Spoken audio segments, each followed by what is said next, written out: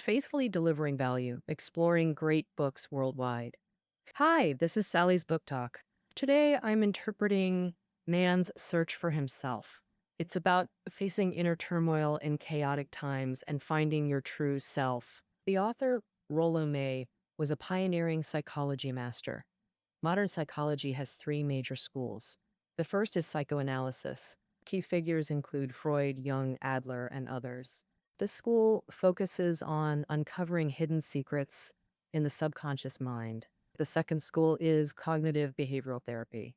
This school holds that psychological issues stem from faulty thinking affecting actions. We covered control anxiety before.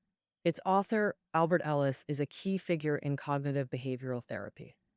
The third school is existential psychology, pioneered by Rollo May and others. Early on, Rollo May trained under renowned psychoanalysts like Fromm and Adler.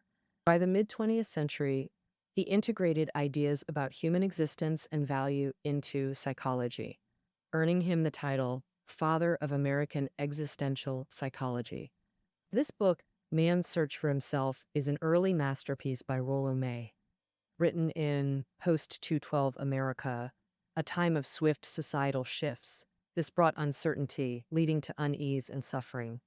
Who am I? What am I doing? What do I want? Folks realize that what were once straightforward questions now lack clear answers. How do we keep growing as individuals and finally reach self-actualization? Rollo May offers solutions in this work. For those feeling lost, it acted as a balm, calming their minds. Even now, decades on, his wisdom about seeking oneself remains timeless. Today, I'll break it down into three sections. First, what are the widespread mental struggles today? Second, rebuilding personal power. Third, finding oneself in the social world. Okay, starting with part one, the common mental challenges of today. So how did they come about? Rollo May believed the most common psychological issue today is emptiness, meaning many people not only don't know what they want, but lack any clear sense of their own feelings. This experience of emptiness first spread among America's middle class in the 1950s. Every weekday morning, they'd wake at the same time, take the same train to work, repeat identical tasks at the office, lunch at the same place, even tip the server the same amount daily, then catch the same train home each evening. They'd typically raise two or three kids, maintain a small garden, take two vacations yearly, working until mandatory retirement. This mechanical year after year existence left their souls feeling hollow no matter what they did. They seemed to just go through motions, never missing scheduled tasks, yet doing things with empty formality, utterly disconnected from their own or others' inner worlds. So people often fill psychological voids with materialism, insisting on the priciest items, chasing the best status, becoming the top dog. Yet evidence shows these externals only offer fleeting satisfaction.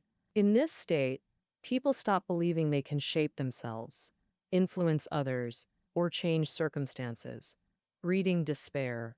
So what's the solution? People gradually lean on external authorities, letting others dictate actions rather than their heart's guiding desires. But lacking a stable core self, they don't know who they are or what to pursue. The aftermath of emptiness. In May's view, another key modern psychological issue is loneliness. If I had to define loneliness in one word, permanently feeling like an outsider. I'm sure you recognize scenes like this. At lavish parties, people dress elegantly, clink glasses, yet never truly see each other's faces or expressions. They chatter endlessly, but conversations lack heart, just gossip exchanges or benefit negotiations. One client told me he loves being invited to such gatherings. Actually, parties don't bring him joy, nor does he make friends there. Yet he insists it's important because it proves he's not completely alone. But at these gatherings, he rarely truly engages, let alone enjoys human connection. The famous existentialist Kierkegaard described this phenomenon long ago. He observed people doing everything, distracting themselves, blasting music to drown out loneliness. like how people in American forests use torches and noise to scare off beasts. Only modern folks repel a different beast: constant loneliness, the fear of not fitting in. To ease loneliness, people desperately seek acceptance, meaning doing everything to please others. Because only through recognition and admiration can loneliness be avoided. This might be modern society's primary measure of success. If someone isn't liked, they're utterly defeated in society's competition. So people constantly strive to avoid solitude. Yet, this very effort brings us closer to losing ourselves. Because our efforts to avoid relational failure are purely utilitarian, just avoiding isolation or seeking admiration. Such relationships lack depth and certainly don't nourish the soul. Ironically, in trying to escape loneliness, we become lonelier. Next, the third pervasive psychological issue today is persistent anxiety. What is anxiety? Rollo May explained it through a scenario. Imagine being trapped midway crossing a busy road. Your heart races, vision blurs, movement slow, utterly directionless, unable to reach safety. That's anxiety. Essentially, anxiety is feeling trapped and overwhelmed, sometimes from real fears. Facing death, like from illness, breeds intense health anxiety. Often, anxiety strikes without any objective cause, like some invisible, intangible, indescribable force. This tension-induced anxiety is what we call neurotic anxiety in psychotherapy. Regardless of origin, anxiety shadows self-perception, clouding clear thinking and decisive action. So what fuels emptiness, loneliness, and anxiety? Rollo May saw psychological issues as deeply linked to societal shifts. Modern society changes too fast. Values keep shifting, leaving people starved for security. This drains inner strength so severely that people let outsiders define who they are, how they feel, what they want, and what they should do, rather than their own hearts. Such conformity to public and others now forms our moral fabric. So abandoning inner convictions to submit to external forces is deemed good and right. We see people living under anonymous authorities, public opinion, media narratives, government policies, thus feeling empty, lonely, and anxious. So we seek ultimate solutions externally, hoping mystical forces will compensate for psychological fragility. Craving all problems to vanish only deepens the pain. The psychological dilemmas May observed in 1950s America remain strikingly relevant today. After all, we live in an era of information overload, where truth blurs, global conflicts rage, and economic turmoil leaves little certainty.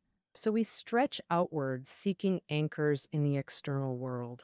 But this only erodes our sense of self further. So how do we rebuild inner strength to find ourselves? In part two, we'll tackle this very question. May believe the key lies in becoming truly self-aware. Simply put, self-awareness means grasping who you are, what you're doing, and what you want. Psychologists consider self-awareness humanity's defining trait. A dog loves playing ball. It probably waits every day for its owner to play with it. But it might not realize it's a dog or even think about why it enjoys playing ball. Yet people know who they are and why they play ball. If someone's self-awareness is solid, they're independent in character, mentally mature, know exactly how to think and act, and take responsibility for themselves. For example, work-wise, a person with solid self-awareness won't see it as a chore dumped on them or evidence of being oppressed. Um, Instead, work can be a proactive choice, used to show your value, or a mindful creative pursuit. But without clear self-awareness, people face difficulties. A young man sought psychotherapy help. He kept failing to write his paper, couldn't graduate, and has been delayed for over a year. As therapy deepened, the therapist discovered the issue was his poor self-awareness. He often felt selfless. Nearing junior high, his mom still dressed him and zipped him up before school. At times, to shield him from bullying, his parents pressured teachers. His mom constantly vented to him about her hardships. In his teens, she blocked him from dating girls. Later on, His mom started arranging everything, forcing him to conform. Cut off from girls, he'd moved back in with his parents before seeking help. He claimed the dorm was awful, ruining his paper writing. But his actual issue was failing to detach mentally from his parents, particularly mom. He never grasped who he was, what he desired, or had personal power. Thus, at every hurdle, he'd run back to his parents, lean on them, and mentally regress. Hence, he was stuck with his birth family. Now, how does one build self-awareness as they grow? Here, Rolame dissects it through psychoanalysis. He thought solid self-awareness means knowing who you are, what you want, and how to act. And this demands battling your own dependencies over time. When a baby is born, it's united with its mother. The start of gaining self is distinguishing what mom wants from what oneself wants, becoming an independent person. They can play alone, spend longer times away from parental protection, and rely on their own strength to learn and explore. For example, a 1 or 2-year-old child learning to climb stairs. At first, he falls, and his parents rush to help him up. Gradually, he no longer needs their help and can get up to try again himself. Until one day, he can finally climb the stairs by himself. This example is a microcosm of self-development. The child clarifies the difference between parents and self, experiences frustration, and gains the joy of learning. Personal strength develops. During growth, children have key periods where self-awareness flourishes, and parents often find them especially hard to discipline at those times. For instance, around age 2 or 3, kids suddenly become disobedient, and 7 or 8-year-olds are notoriously troublesome. Then comes rebellious adolescence. In self-development, children resist external authorities, like parental forces, to clearly define boundaries, interpersonal boundaries, thereby understanding who they are and who they want to be, gaining stable self-awareness. Rollo May firmly believed that healthy self-development partly depends on whether external authorities provide a beneficial growth environment. But more often, this desire to become oneself is an innate instinct in humans. He is born wanting to break through authority, gain freedom, and realize himself. But only when self-perception and confidence are established can one see oneself and the world more comprehensively and objectively. He gets the chance to recognize his strengths and spot his errors. Considering one's biases, viewing negative emotions as necessary growth experiences, and responsibly deciding next actions. Such a person can be considered to have reached a basic state of personality health. All right, let's summarize part 2 here. Rollo May believed that self-awareness is innate, distinguishing humans from other creatures, but its smooth development and consolidation require personal effort to become an independent, unique individual with stable self-awareness. This process is one's journey of self-discovery. Yet Rollo May didn't confine the self-discovery journey merely to the individual level. So next, she elevated the self-pursuit to wider social contexts, exploring self-development within groups. Now we enter part 3, how individuals seek self within society. While May believed psychological issues stem mainly from lack of inner strength, that is, weak self-awareness. But as mentioned earlier, eras shape the self, so how do we pursue it socially? Dear May's focus extends beyond personal growth to humanity's collective development goals. She argued responsible freedom is among our most vital sources of inner strength. True freedom isn't doing whatever you want, but holding your ground in crowds without being swayed or imposing on others. Only by achieving both can we claim genuine inner strength. Simply put, freedom is fundamentally a social context issue. Modern people misunderstand freedom, like self-help mantras claiming it's just the right to say no. Yet May offered rigorous critique of this view. She maintained freedom isn't irrational rebellion or unchecked desires, but something far more empowering. For example, mothers who constantly say, "don't do this or that," raise children who rebel reflexively, saying no to protect their development space. But is he truly free? She'd say, I thought relentless rebellion meant freedom, but actually, I'm trapped. Equating rebellion with freedom keeps one stagnant. Moreover, rebellion for its own sake is mere posture, lacking responsibility or self awareness. Stuck in opposition, still directionless, this isn't true freedom. Of course, some parents, influenced by individualism, prioritize their children's free development. They say, kid, you figure it out yourself. But this parenting style leaves kids adrift. They feel their parents have no expectations, leaving them directionless. What kind of person should they become? He just doesn't know. In other words, freedom without boundaries can also breed deep anxiety in growing kids. They don't know how to take charge because parents haven't modeled responsibility. So, how should freedom truly be defined? We all know life inevitably faces birth, aging, sickness, and death. This process is inescapable. Thus, absolute freedom for humans doesn't exist. What we can pursue is relative freedom, meaning while we can't choose birth or death or avoid illness or aging, when facing destiny, our inner strength lets us choose how to respond. For example, over 60 years ago, tuberculosis could be fatal and contagious, so patients were strictly isolated. Facing the same disease, people's responses varied dramatically. Some gave up, just waiting to die. Some resented why misfortune struck them. Others rebelled against control measures, while some gradually accepted their illness. Through self-awareness, they explored true emotions, reflected on why they got sick and the disease's impact. Illness became a chance to rediscover themselves, leading to active treatment and regained health. Thus, May believed true freedom is having self-awareness to make choices and take responsibility for them. Freedom doesn't appear magically or come externally. It's inner strength earned through effort. So to gain freedom, one must choose their own self. Simpler put, take responsibility for what you can choose. Only this way can people live vibrantly and decisively, shaping themselves and their destiny. Freedom's true essence. All right, we've grasped May's view. Responsible freedom is key to seeking self in society. After discussing freedom, Rollo May also highlighted how we should rethink morality as a traditional value.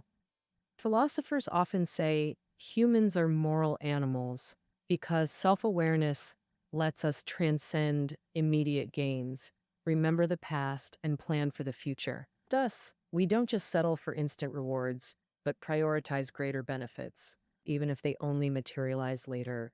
For the same reason, we empathize with others and understand their needs and desires, consciously making choices that serve both self-interest and others. This is morality's essence. Ideally, morality emerges when countless self-aware individuals collectively build stable social order.